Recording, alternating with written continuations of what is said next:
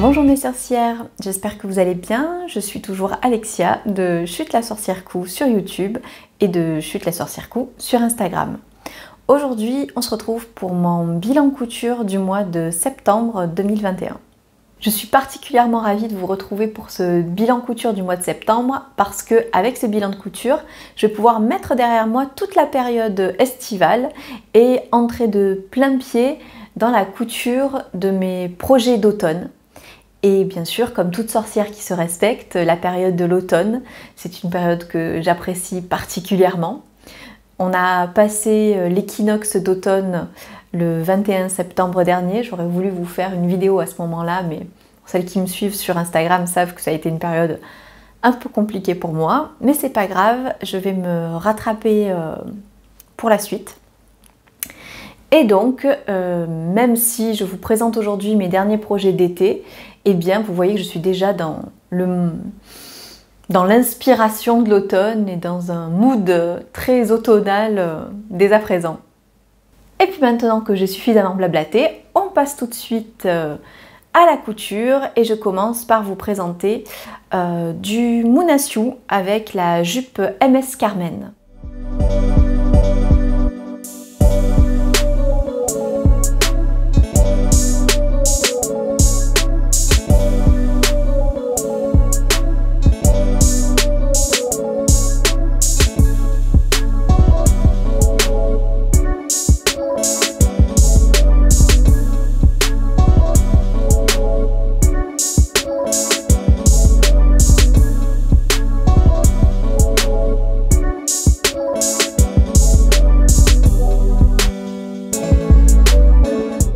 Pour celles qui n'ont pas suivi mon dernier podcast couture, celui du mois d'août, pendant le mois d'août, j'avais fait une vidéo sur la Moonasiu Box que j'avais découverte à l'occasion du mois d'août. C'était absolument pas sponsorisé, mais Moonasiu a vu ma vidéo, enfin l'équipe a vu ma vidéo, et pour me remercier, ils m'ont envoyé la box dont je parlais, celle que j'avais ratée et dont j'avais vraiment très envie, c'est-à-dire la box MS Carmen avec la jupe. Et forcément, même si je suis absolument pas obligée de vous en parler ni de vous la montrer, et bien dans la mesure où je vous montre ce que je couds, je vous la montre aujourd'hui.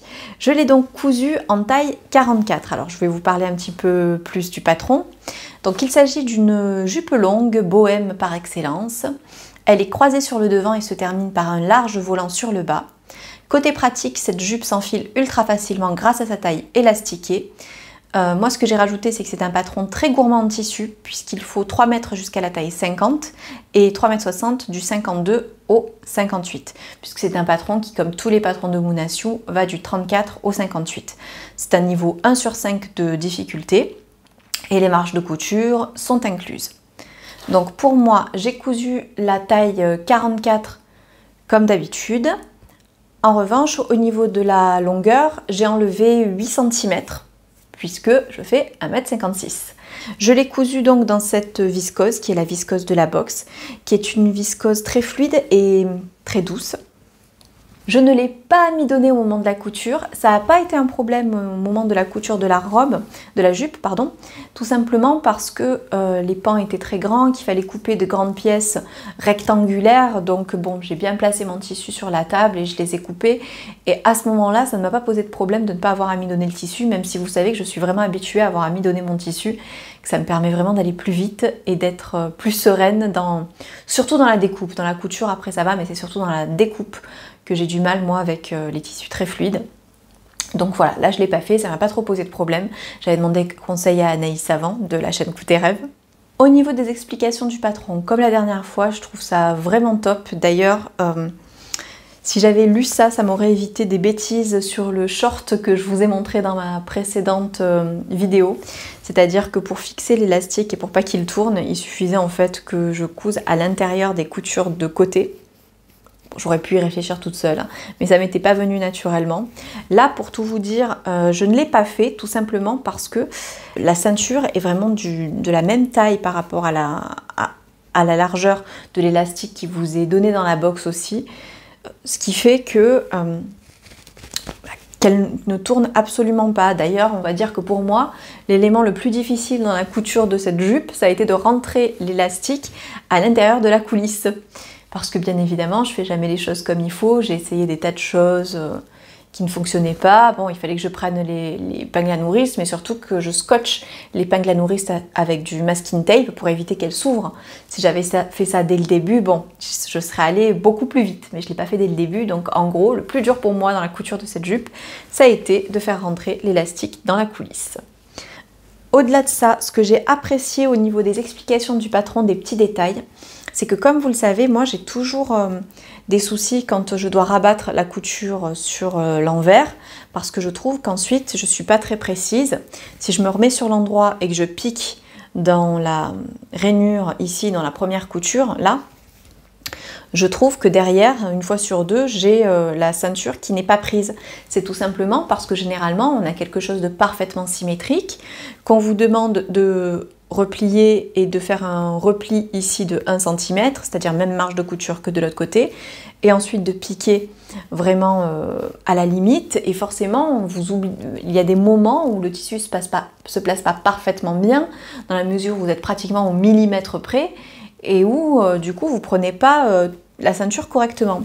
Là, ici, il y avait quand même une précision, c'est que le petit repli que vous faites avant de plaquer la ceinture, le petit repli habituellement d'1 cm, il est de 8 mm. Ce qui fait que la ceinture en fait est un tout petit peu plus longue que la ceinture là, de 2 mm, et qu'avec ces 2 mm là, vous prenez réellement votre ceinture ici, quand vous faites votre piqûre là, vous prenez ici le bas de votre ceinture. C'est tout bête, hein, j'aurais pu y penser toute seule, mais en tout cas, là au moins j'ai suivi les étapes, parce que comme à chaque fois j'ai envie de suivre les étapes du patron plutôt que de faire à ma sauce pour voir si, voilà, si j'apprends quelque chose de nouveau. Et là pour le coup, oui, j'ai appris quelque chose de nouveau, et oui, ça a été efficace de mettre 2 mm en plus ici, tout simplement en faisant un repli de 8 et pas de 1 cm comme on le demande à chaque fois. Au niveau des finitions, donc je vous ai parlé déjà de la ceinture, vous avez un ourlet mouchoir sur tout le bas de la robe. Bon, je l'ai fait sans trop de soucis. Bon là, elle n'est pas repassée parce que je l'ai déjà mise. Mais en tout cas, voilà, vous avez un ourlet. En fait, je crois que non, c'est pas un ourlet mouchoir, c'est 2 fois un repli de 1 cm. On vous guide assez bien sur la façon de le faire. Vous repliez une première fois et vous faites une couture à ras, et puis vous repliez une seconde fois. Il est un peu plus grand que d'habitude, mais au final, voilà, ça se fait très très bien, si ce n'est que c'est bien long. À l'intérieur, les coutures sont faites, sont simples et surjetées. Pour moi, c'était très bien parce que j'avais acheté des cônes roses pour surjeter un pyjama que j'ai, un tissu que j'ai toujours pas fait, mais du coup, ça allait parfaitement avec la jupe et j'en ai bien profité de ces cônes. Donc, je suis très contente de les avoir achetés. Enfin, en ce qui concerne l'élastique, c'est le seul moment où je n'ai pas suivi les conseils donnés par Moonasio. Elle vous donne un petit calcul à faire par rapport à votre tour de taille pour faire en sorte que l'élastique ne soit pas trop serré, parce qu'elle le dit, elle aime les porter lâches. Moi aussi, je l'aime les porter lâches, mais c'était pas encore suffisamment lâche à mon goût. Donc ce que j'ai fait, c'est que j'ai pris l'élastique de la box, j'ai mesuré mon tour de taille, j'ai coupé pile mon tour de taille, et ensuite j'ai fait en sorte que les deux extrémités se chevauchent pour pouvoir le coudre, l'élastique, le fermer, ce qui fait qu'en gros j'ai mon tour de taille moins 1 cm. Et personnellement, ça me va parfaitement, ça risque pas de me tomber pour 2 raisons. Première chose, c'est qu'elle se porte quand même au niveau de la taille, donc forcément elle ne tombe pas sur les hanches. La ceinture est quand même assez large, et l'élastique est vraiment a une tension assez forte. Je sais pas trop comment dire, mais en gros il faut plus de force que sur un autre élastique pour tirer. Vous avez des élastiques, par exemple, je vous ai déjà parlé de ceux de Triessenstoffen que j'utilise pour les pyjamas, justement parce que eux, il faut vraiment pas de force pour pouvoir les étirer, et du coup je trouve que ça fait pas mal au ventre lorsqu'on se couche, lorsqu'on s'assoit, et bon, voilà, moi c'est les élastiques au niveau du ventre, c'est pas quelque chose que j'apprécie beaucoup. Donc là, en faisant comme ça, c'est comme si elle se posait juste sur mon corps, mais il n'y a vraiment aucune tension, ce qui fait que je me sens à l'aise. Donc en gros, mon tour de taille, j'ai découpé mon tour de taille, et puis j'ai rejoint juste sur 1 cm les extrémités. Au niveau du rendu final, Eh bien écoutez, je l'ai porté de très nombreuses reprises et ça je crois que c'est le meilleur des tests. Depuis que je l'ai cousu, je pense que je l'ai bien porté 4 fois.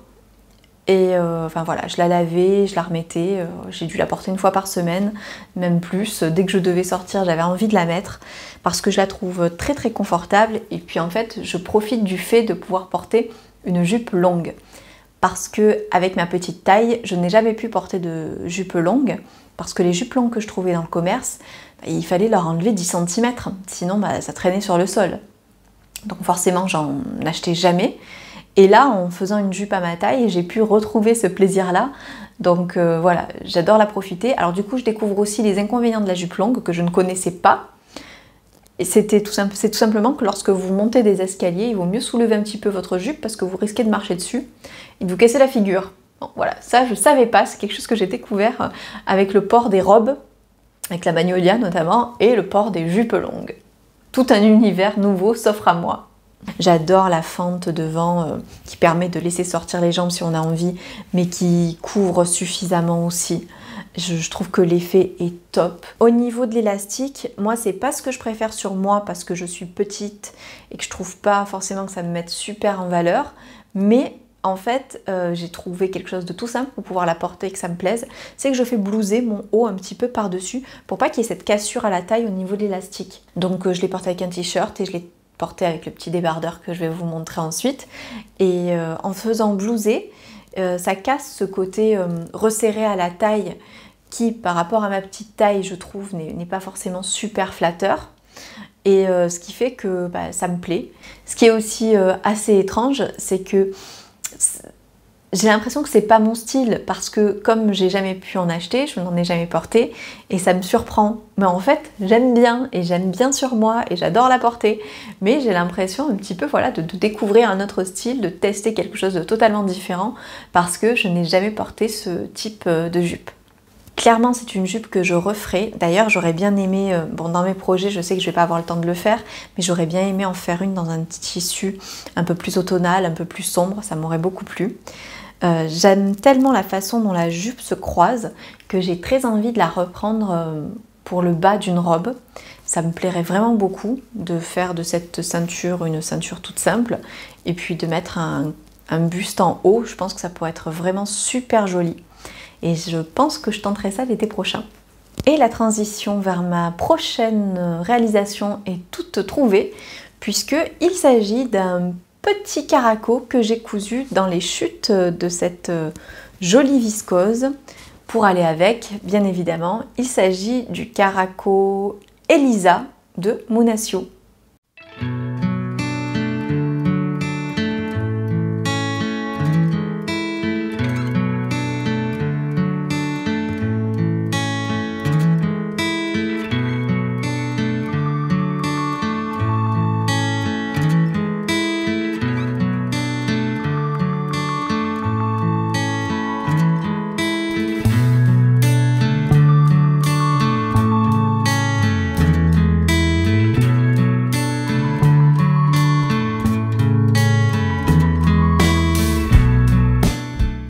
Le caraco MS Elisa de Munasio.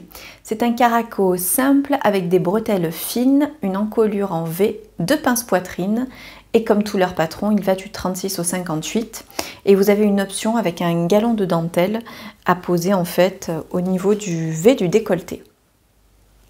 Hop. Alors ce petit caraco, je l'ai choisi parce qu'il demande vraiment très peu de tissu.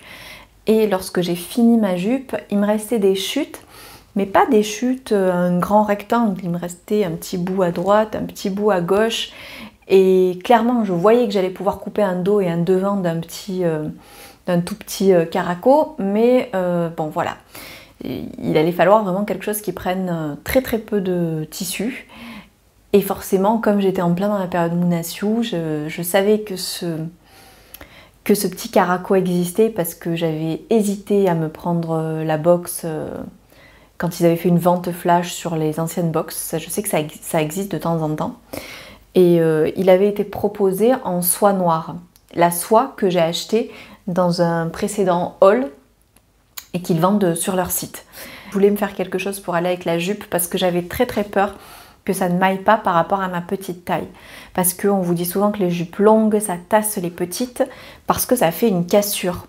Et que donc, on doit privilégier les robes longues, parce que le fait d'avoir le même imprimé sur le haut et sur le bas, ça ne nous tasse absolument pas. C'est vraiment le fait d'avoir des choses différentes en haut et en bas qui peut nous tasser.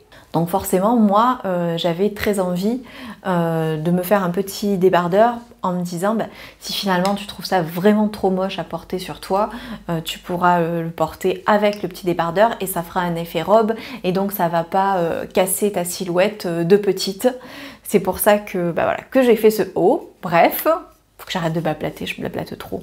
Ma version, comme d'habitude, ça a été une version en 44 et je n'ai absolument pas fait de modification sur ce top. Je l'ai donc cousu dans les restes, comme je vous l'ai dit, et là par contre, j'ai eu beaucoup de mal parce que comme je n'avais pas amidonné et que je n'avais que des bouts par-ci par-là, qu'il a fallu que je mette au pli, c'était beaucoup plus compliqué pour moi d'arriver à plier mon tissu tout en conservant le droit fil sur cette viscose. J'aurais préféré pouvoir amidonner le tissu pour pouvoir les couper parce que vraiment ça n'a pas été un bon moment, le moment de la découpe des pièces, mais après ça a roulé super facilement. Ça a roulé tellement facilement que je n'ai rien à vous dire de spécial sur la partie explication du patron. Au niveau des finitions, vous avez des coutures anglaises sur le côté. Sur le devant, vous avez en fait une parmenture. Donc cette parmenture sur le devant, elle est finie avec un ourlet mouchoir. Et sur le dos, la parmenture, elle est en fait pliée en deux pour que le bord ici soit bien propre. Et ensuite cousue au top. Donc ça pourrait faire quelque chose de très propre, sauf que en dessous, vous avez les marges qui sont accrues, qui s'effilochent énormément. Ce que je viens de voir là tout de suite. C'est le souci lorsque vous avez des parmentures. J'aurais peut-être dû aussi surjeter c'était pas spécialement demandé, mais j'aurais peut-être dû surjeter aussi les coutures du bas parce que voilà, comme vous le voyez, ça s'effiloche quand même pas mal. Je viens de m'en rendre compte au moment où je vous le montre. Mais bon, voilà, sinon quand le top est correctement placé, forcément, on ne voit rien. Comme vous le voyez aussi, les bretelles sont extrêmement fines. Ce qui m'a surprise au moment de la couture, je me suis dit mince mais tu te trompes, mais non, effectivement c'est vraiment ça, hein. Elles sont très très fines, c'est un style. Et au niveau des finitions aussi, j'ai été surprise dans le livret de voir que le galon se pose vraiment à la fin, c'est-à-dire qu'une fois que vous avez fait le top, vous posez le galon sur le V du décolleté et vous entourez un petit peu la bretelle comme ça sur le dos pour pouvoir finir votre encolure. Je comptais le faire avec un galon de dentelle noire et puis au final lorsque je l'ai porté j'ai eu envie qu'il reste comme ça donc j'ai rien touché, mais en tout cas voilà, ça me tentait et les explications sont assez claires pour pouvoir le faire. Par rapport aux parmentures, vous le savez, ce sont clairement pas mes finition préférée, les parmentures, surtout avec des tissus extrêmement légers, extrêmement fins. Là, vous avez une sous-piqûre, ce qui permet effectivement à la parmenture de ne pas sortir. Là, pour le coup, ça fonctionne. Vous savez que sur d'autres choses que j'avais cousues, ça ne fonctionnait pas. Là, oui. Les parmentures restent en place une fois que le top est porté, repassé porté. Les parmentures ne bougent plus. Donc au moins elles ne me gênent absolument pas lorsque je le porte par rapport à d'autres vêtements où elles passent leur temps à sortir. Là ça me gêne absolument pas. Enfin en ce qui concerne mon avis final. Alors au niveau des bretelles, moi je trouve ça très très joli, les bretelles très fines sur le corps, je trouve ça vraiment très joli. Mais sur moi je ne mets jamais ce type de haut sans soutien-gorge. Ce qui fait que mes bretelles de soutien-gorge se voient. Ce qui est un peu gênant. Parce que ça fait pas toujours très joli, mais clairement je me vois pas le mettre sans, et en même temps comme je vous l'ai dit, je trouve ça très joli, les bretelles toutes fines. Je pense tout simplement que je vais me trouver un moyen de me faire un soutien-gorge avec de très jolies bretelles décoratives. Je fais partie de celles qui aiment beaucoup, voilà, ça me choque pas qu'on voit les bretelles, ça me choque pas qu'on voit des morceaux de soutien-gorge. Quand le sous-vêtement est beau, je trouve que ça peut même être en quelque sorte un accessoire quand il sort de façon réfléchie et surtout quand il est très joli. Et là c'est ce que j'ai envie de me faire, j'ai envie de me faire des soutiens-gorge avec de très jolies bretelles travaillées, peut-être dans ce type de couleur aussi, et qui serait joli à porter en fait, vu avec ce type de débardeur. Ensuite, je vais le comparer au débardeur Jacqueline que j'ai cousu et dont j'ai parlé la dernière fois, parce que je suis toujours à la quête de mon débardeur parfait. Et voilà, il y a des choses qui me plaisent dans l'un et des choses qui me plaisent dans l'autre. Et donc je me suis dit que ça pourrait être intéressant pour vous que je vous fasse la comparaison. Au niveau du V du décolleté et de l'endroit où le V du décolleté tombe sur moi, je préfère le Caraco Elisa. J'aime l'endroit où le V tombe. Mais en tout cas, contrairement au top Jacqueline, il ne va pas cacher les bretelles de soutien-gorge puisque les bretelles sont fines. Au niveau des pinces poitrine, elles sont au bon endroit, mais, bien sûr vous le voyez arriver, ça baille énormément sur le côté par rapport au volume de ma poitrine. Ça baille vraiment beaucoup. Ce n'est absolument pas ajusté. En gros, je préfère le V, ici. Je préfère aussi le bas parce que le top Jacqueline, il est très très évasé sur le bas et c'est pas quelque chose que je trouve parfaitement flatteur sur moi. Je préfère ici cette coupe un peu plus droite et un peu plus ajustée au final sur moi. En revanche, le top Jacqueline, il n'y a rien qui sort là. Là, c'est parfaitement ajusté à la poitrine et là, ça l'est pas du tout. En fait, il me faudrait un mix des deux pour que je puisse être vraiment satisfaite du résultat. Et là, donc, est-ce que je le porte ou pas? Comme je vous l'ai dit, maintenant, je pense que ça va être vraiment le plus important pour moi pour savoir si c'est un projet réussi ou pas. Oui, je le porte beaucoup parce que même si il baille énormément, il est tellement fluide que le côté qui baille, vous voyez, s'affaisse en quelque sorte sous le bras et que ça ne choque absolument pas, quand c'est porté. Donc moi je le sais, moi je le vois, si je fais comme ça je vois que ça baille, mais si vous voulez au porté, je passe pas mon temps les bras comme ça, donc ça se voit pas et ça fait un joli tombé et j'ai pas arrêté de le porter. Je l'ai porté avec la jupe, je l'ai porté avec des jeans, je l'ai porté tout seul, je l'ai porté avec mes petits gilets en laine, ça c'est mes trucs, j'en porte tout le temps, des petits gilets en laine boutonnés, j'aimerais en avoir de toutes les couleurs possibles et imaginables. Je trouve ça parfait pour continuer à porter cette tenue d'été même en automne. Je l'ai vraiment porté très très souvent parce que le tissu est agréable, parce que j'aime bien le tomber, parce que j'aime bien le décolleter. J'en ai fini, je pense que je vous ai tout dit sur ce petit Caraco Elisa et je vais donc passer à ma prochaine réalisation qui est la robe Malo de la box Jolie Lab.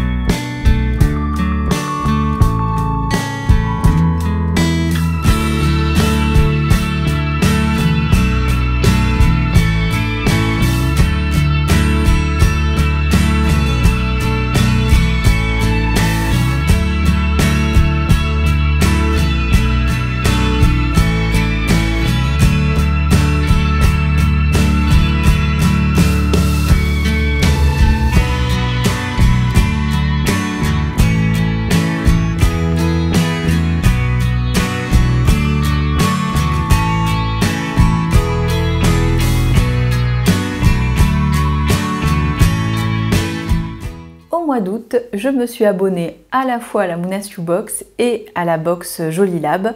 J'ai voulu tester les deux en même temps avant de faire mon choix. Je n'ai pas eu envie de vous faire une vidéo totalement dédiée à la box Jolie Lab, mais quand même je vais prendre un peu plus de temps ici et je vais notamment vous montrer le contenu de la box lorsque je l'ai ouvert. Alors pour tout vous dire, je l'ai ouvert et puis je me suis dit mince, tu aurais dû le filmer. J'ai tout remis dedans et ensuite je l'ai tourné, mais en tout cas je vous laisse maintenant avec les images du contenu de la box Jolie Lab. Lorsqu'on reçoit la box, on a donc une petite étiquette qui nous donne le motif du tissu présent dans la box. C'était exactement la même chose avec la Mounassioux. C'est un petit détail que personnellement j'apprécie pas trop parce que je préfère garder la surprise jusqu'au moment où je vois vraiment le tissu à l'intérieur de la box. Petit détail. voilà comment ça se présente. Vous avez une carte avec le modèle dessiné dessus.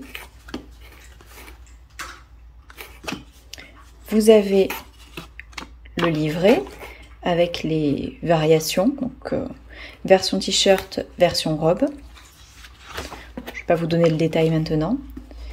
Vous avez ensuite le pochon. Donc là-dedans, vous avez une adresse à taper pour télécharger directement le patron au format PDF.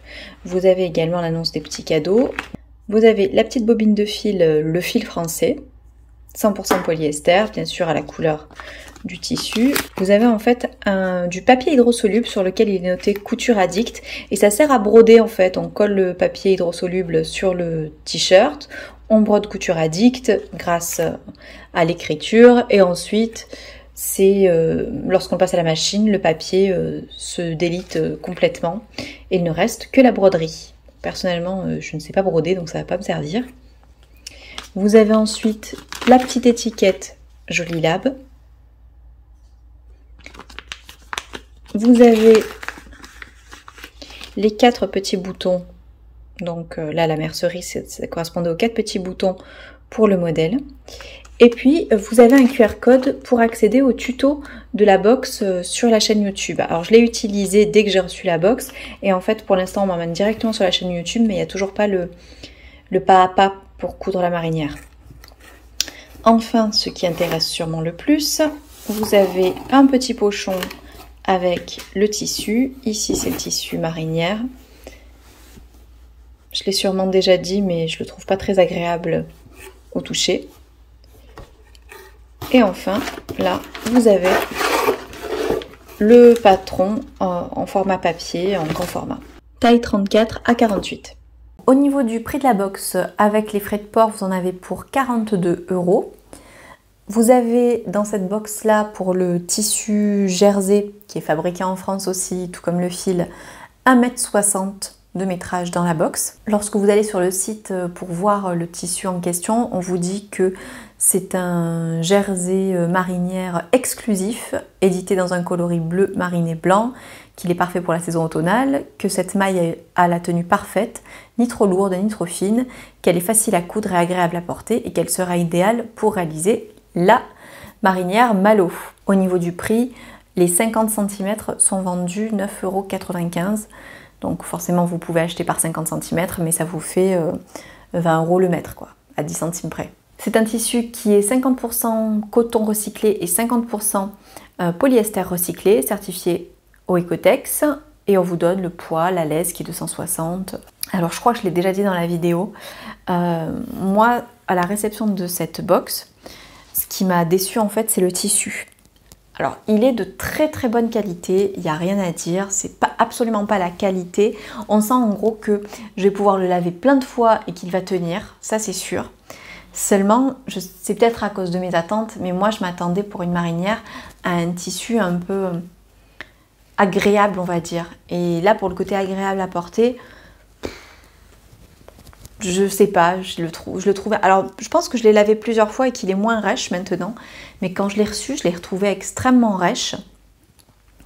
Et je sais pas, j'imaginais quelque chose d'un peu plus... Alors, j'ai envie de dire d'un peu plus doudou, même si j'attendais pas quelque chose de spécialement aussi doux que de la viscose ou autre. Mais voilà, je m'attendais à un jersey doux comme du jersey, on va dire. Et là, c'est pas le cas. Là, il y a une matière un peu plus dure, un peu plus... Oui, un petit peu plus rêche. Donc, c'était pas forcément pour me séduire parce que c'est pas ça que j'ai envie de porter justement quand il fait un petit peu plus frais. Mais en même temps, c'est vrai qu'il était extrêmement facile à coudre. Et aussi, c'est vrai que on sent la qualité, on sent qu'il va tenir au lavage et qu'il ne va pas s'abîmer au bout d'une année. Je pense que ce tissu-là, on peut le garder quand même pas mal de temps. On va maintenant parler un petit peu plus du patron. De ce patron de marinière, comme vous le voyez, vous avez des empiècements ici qui sont doublés, donc vous avez quelque chose de parfaitement propre à l'intérieur. Et puis, il était proposé en version longue, version robe et en version t-shirt. Vous aviez cette version-là où vous pouviez mettre les boutons ici. Bon, vous voyez tout de suite, j'ai pas mis les boutons de la box. Et puis, vous aviez une version avec des manches un petit peu plus complexes que je n'avais pas fait au début, tout simplement parce que je devais choisir l'endroit où j'allais mettre mes boutons. On en avait 4 dans la box. Et donc je voulais absolument les mettre ici, ce qui fait que j'allais pas en avoir pour les mettre sur le poignet. Et donc j'ai pas fait les poignets plus complexes. Le modèle est considéré comme niveau 1 sur 5. Au niveau des tailles, donc c'est seulement du 34 au 48. Au niveau du métrage, pour le top, vous avez besoin entre 1m30 et 1m40 de tissu. Pour ma version, j'ai fait une taille 44 sans modifier la longueur et j'ai fait la version robe. Mon montage, je l'ai fait à la surjeteuse entièrement. Au niveau du livret technique, donc qui est là, je vous montre quand même un petit peu à quoi ça ressemble parce que moi ça m'intéresse toujours. Alors comme vous le voyez, c'est en noir et blanc, vous avez plutôt des schémas comme ça qui sont assez clairs. Oui, c'est assez clair. J'ai bien apprécié le passage où on nous explique comment placer le tissu au moment de la découpe pour avoir des rayures, voilà, des raccords de rayures assez bien faits. Moi, j'ai été vraiment ravie de cette découverte. Comme vous le voyez ici, mes raccords sont bons. Et puis surtout au niveau des manches. Alors on vous dit que ça ne peut pas être parfait partout, mais quand même, c'est pas trop mal mes raccords de rayures. C'est normal après que ça se décale, hein. Mais voilà, c'est pas trop mal. Donc je suis plutôt contente à ce niveau-là. Et c'est vrai que c'était assez bien expliqué et que ça m'a permis vraiment d'apprendre quelque chose au niveau du placement de tissu quand on est sur un tissu à rayures. Donc ça, j'ai bien aimé. En revanche, ce que je n'apprécie pas sur ce type de cahier technique, c'est que vous avez les explications en français suivies des explications en anglais, dans un gris un peu plus clair. C'est tout bête, hein, et honnêtement, ça pose pas de problème à la compréhension, mais quand même, vous êtes un petit peu parasité, on va dire, par ces informations supplémentaires qu'on vous met sur les yeux. Et c'est un tout petit détail et qu'on retrouve sur les burdas aussi, qu'on retrouve sur pas mal de patrons, et qui moi personnellement ne me plaît pas. Je préfère avoir quelque chose en anglais, quelque chose en français et puis choisir, plutôt que d'avoir les deux explications mêlées. Voilà, je trouve ça moins agréable en fait. Vous avez une vidéo, je ne l'ai pas regardée au moment de la couture tout simplement parce qu'elle n'était pas encore sortie. Et bon, c'était tellement facile que j'ai pas eu besoin de regarder la vidéo. Elle est assez bien faite, sauf pour un point, et qui était le point moi que j'avais du mal à comprendre, c'était le point au niveau des poignets. Si jamais vous faites les poignets de manche, que je n'ai pas fait, vous avez en gros les deux boutons à mettre ici, et vous avez des poignets avec une sorte de fente, et les deux boutons vont faire en sorte que les deux fentes se rejoignent. Et on vous parle de boutonnières, on vous dit on va passer aux boutonnières, on va faire les boutonnières. Donc moi je me disais tiens, ça veut dire que réellement on va coudre des boutonnières et qu'ensuite on passera le bouton dans la boutonnière. C'est ça pour moi une boutonnière. Et en fait non, si j'ai bien compris, et c'est pas très clair aussi bien sur la vidéo que sur le livret, vous prenez vos deux pans qui sont ouverts, vous les faites en sorte qu'ils se croisent, qu'ils se chevauchent plutôt, et ensuite vous cousez vos boutons à travers les deux épaisseurs du poignet. Et c'est ce qui va les relier, c'est ce qui va les maintenir ensemble. Ce qui n'est pas plus bête, puisque je pense qu'on n'a aucune difficulté à passer les mains. Mais c'est juste qu'à ce niveau-là, j'ai eu un petit flottement, aussi bien à la lecture qu'en regardant les images, tout simplement à cause de ce qui était dit. Bon, après, voilà, je pense que c'est vraiment comme ça, hein, je pense que c'est vraiment les deux épaisseurs qui sont prises. Quand on vous dit qu'on va faire la boutonnière, bah, c'est simplement le bouton qu'on va coudre et pas les boutonnières qu'on va coudre sur le tissu. En ce qui concerne les finitions, comme je vous l'ai dit, j'aime bien les finitions. Je suis très fière de mes rayures. J'ai cousu à la surjeteuse, qui fait que d'un côté, j'ai un petit décalage. Je crois que c'est Alicia, oui, c'est Alicia de Sewing Clothes qui en parle souvent, qui dit qu'elle préfère coudre le jersey à sa machine à coudre parce qu'elle est plus précise. Et bien clairement, voilà, là c'est un exemple de ce qu'elle dit, pour illustrer ce qu'elle dit. J'avais beau avoir très bien épinglé, au moment du passage de la surjeteuse, bah forcément il y a un petit décalage qui se fait. Je continue malgré tout à coudre à la surjeteuse, tout simplement parce que je veux m'entraîner et je veux arriver à coudre à la surjeteuse en ayant des raccords parfaits. Donc c'est pour ça que je persiste, parce que j'ai envie de continuer à m'entraîner. Mais clairement, c'est vrai que pour ce genre de choses, c'est plus facile de passer à la machine à coudre qu'à la surjeteuse. Sinon, vous avez une surpiqûre à l'aiguille double ici. vous avez une bande d'encolure, voilà, que j'avais surjetée. Donc vous avez une bande d'encolure que j'avais surjetée et qu'ensuite j'ai plaquée. Ici, c'est super propre. Hop, vous avez donc l'empiècement qui est doublé. Hop.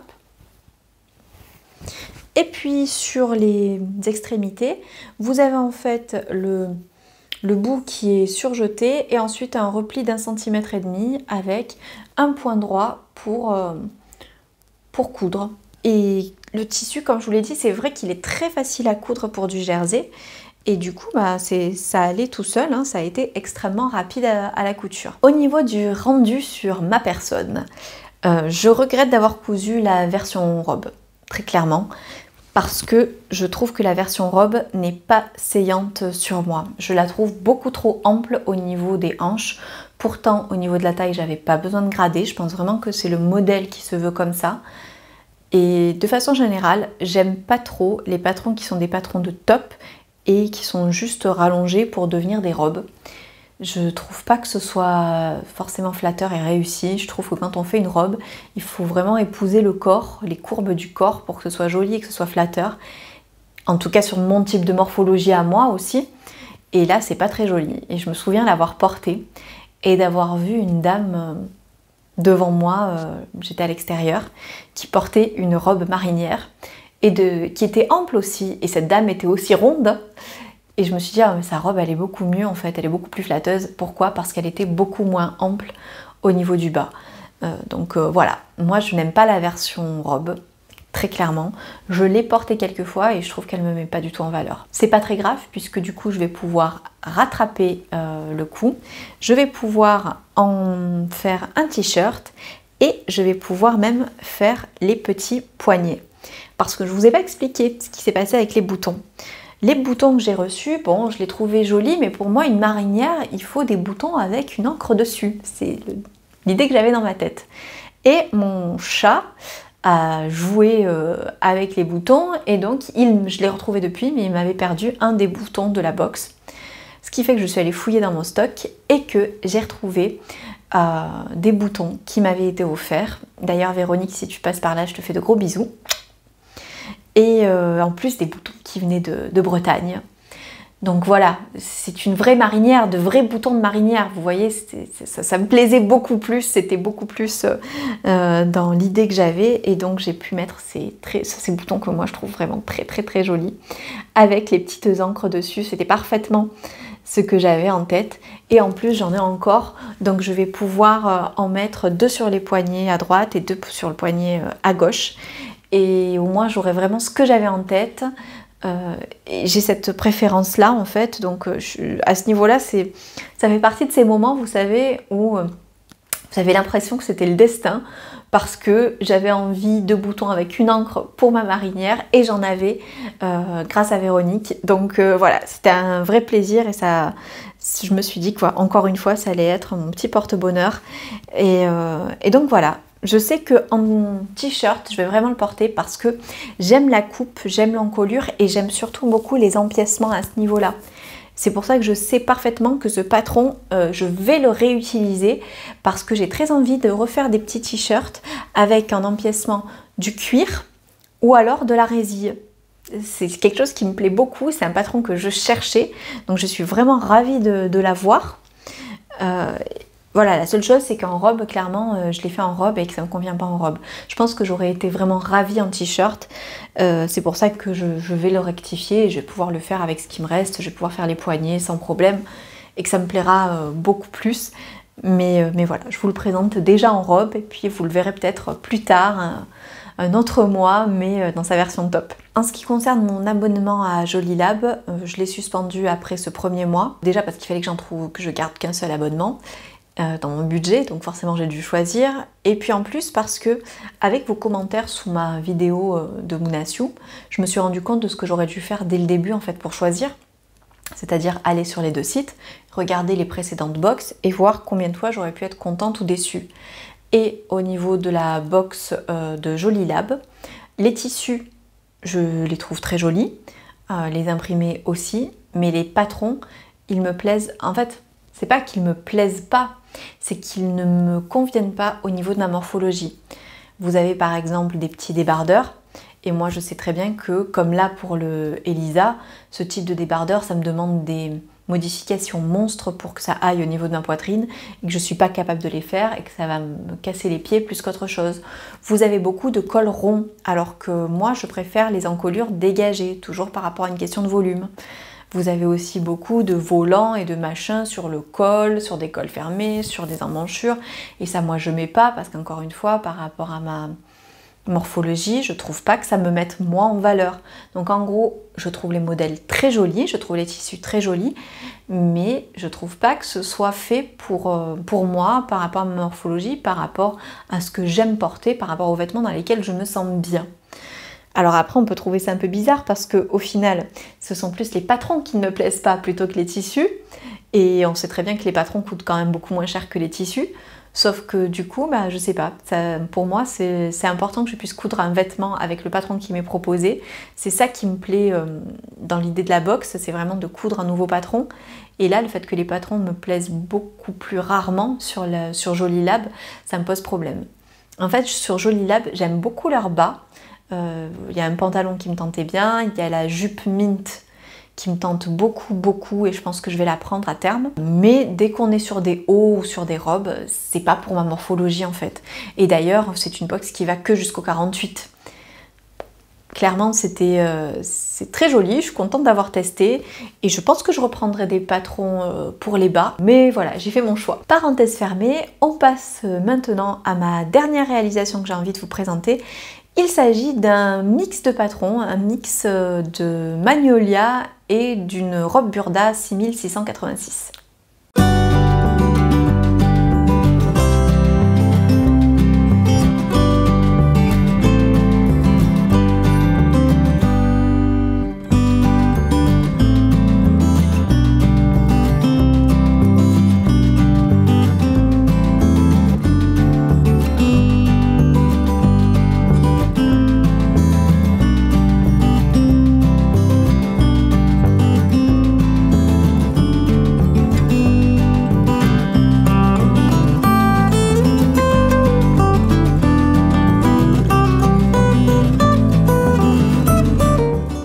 Cette robe, elle n'était absolument pas prévue à la base, puisque j'avais découpé dans ce tissu qui est une cotonnade des coupons de Saint-Pierre, 12 € les 3 mètres, j'avais découpé une robe, la robe Burda 6686, mais dans sa version bustier. Je vous la mettrai à l'écran. Donc j'avais découpé mes pièces, mais il était déjà bien fini. On avait fini le mois d'août et en même temps, puisque j'étais dans la découpe et que j'étais avec un tissu qui coûtait pas très cher, j'ai voulu découper les pièces pour faire ce buste qui est en fait le buste de la Magnolia avec des rectifications. Parce que, je vais vous parler du projet un petit peu après, mais j'ai voulu rectifier le buste de la Magnolia parce que dans ma version de Pax, j'ai des plis sous la poitrine.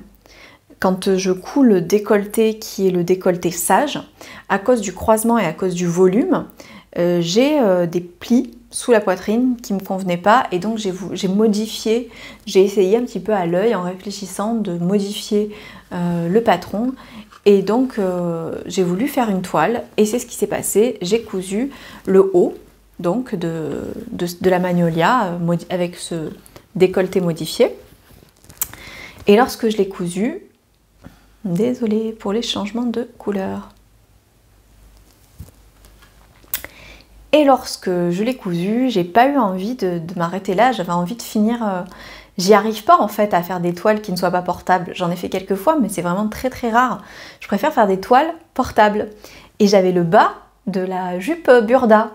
Et je me disais que c'était vraiment pas le moment de me coudre une robe bustier, en sachant que la robe bustier c'était pareil, c'était un petit peu une toile parce que j'ai vraiment peur que ça ne maille pas. Le type bustier pour moi, il va falloir forcément des ajustements. Donc j'ai cousu le bas que j'avais déjà découpé, il fallait juste faire les pinces. Et donc voilà, je l'ai cousu et j'ai monté donc vraiment la Magnolia avec sa fermeture éclair invisible ici. En ce qui concerne le projet qui me tient à cœur, à la base c'était une robe que je voulais me coudre pour l'équinoxe d'automne. Au final, je sens que cette robe, je vais plutôt me la coudre pour la fin du mois d'octobre, mais quoi qu'il en soit, elle fait l'objet d'une vidéo, je suis dedans, hein. J'ai déjà tourné des rushs et je continue à en tourner, vous allez la voir arriver cette robe. Comme d'habitude, toutes les pièces sont coupées en 44, quel que soit le patron. Au niveau des finitions, j'ai fait l'encolure avec un biais. Heureusement pour le biais, j'avais fait les choses correctement, j'avais pris un bleu marine et j'ai fait la méthode Rachel Lajoie.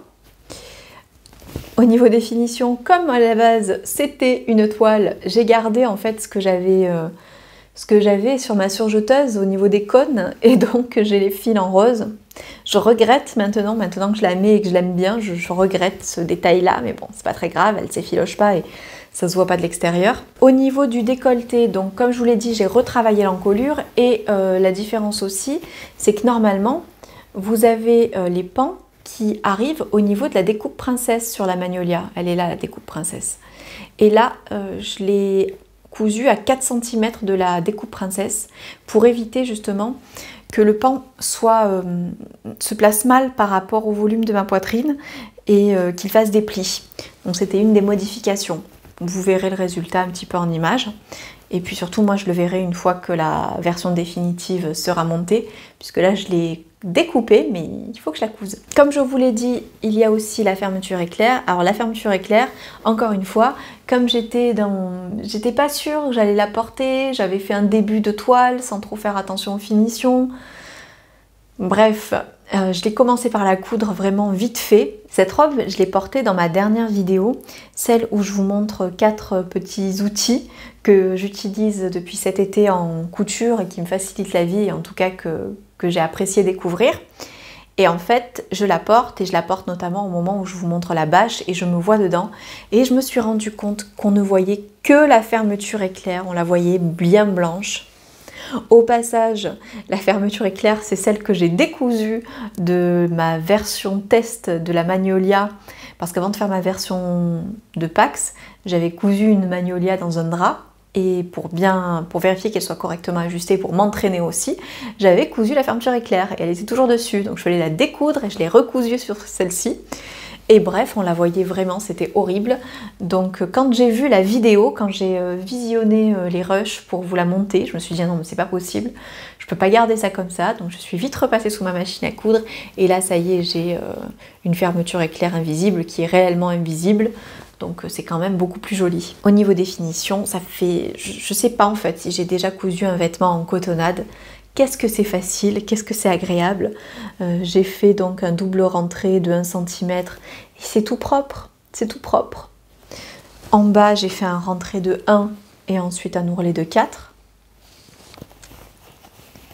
Et c'est pareil, voilà, c'est tellement facile à coudre, la cotonnade, je découvre ça.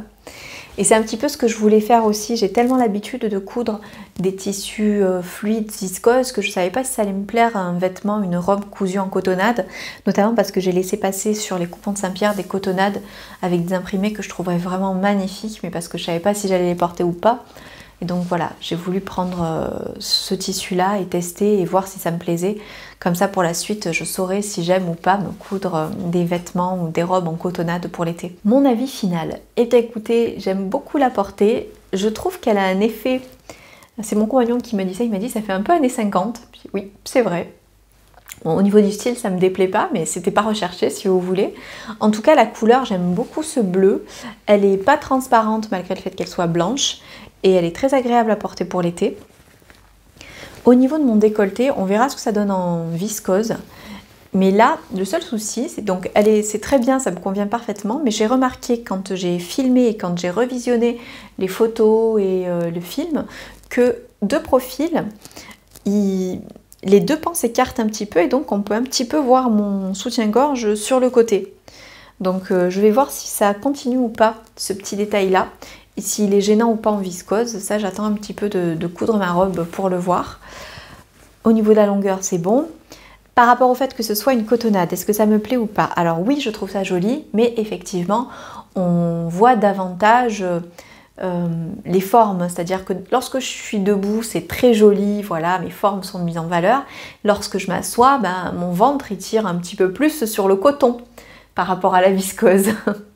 Donc voilà, c'est un petit peu différent et c'est vrai que je trouve quand même que le côté fluide me plaît davantage. Mais je pense que je vais continuer à coudre des robes en cotonnade parce que quand même, j'ai pas été déçue et je trouve que le rendu est joli. Et bien voilà, je crois que je vous ai tout dit pour ce podcast. J'espère vous retrouver bientôt pour de nouvelles aventures. J'ai pas mal de choses en préparation, mais ça prend du temps comme d'habitude. Et surtout, faut que je retrouve mon rythme.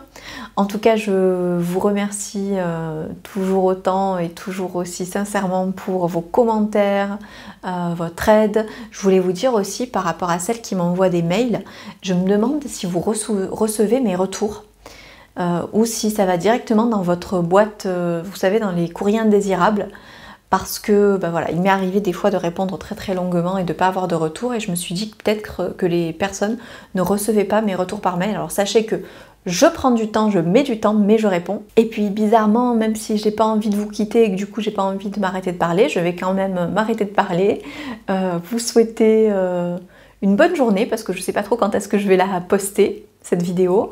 Vous souhaitez de bons moments de couture, de bons moments avec vos proches. Je vous dis à très très bientôt pour une prochaine vidéo et je vous embrasse.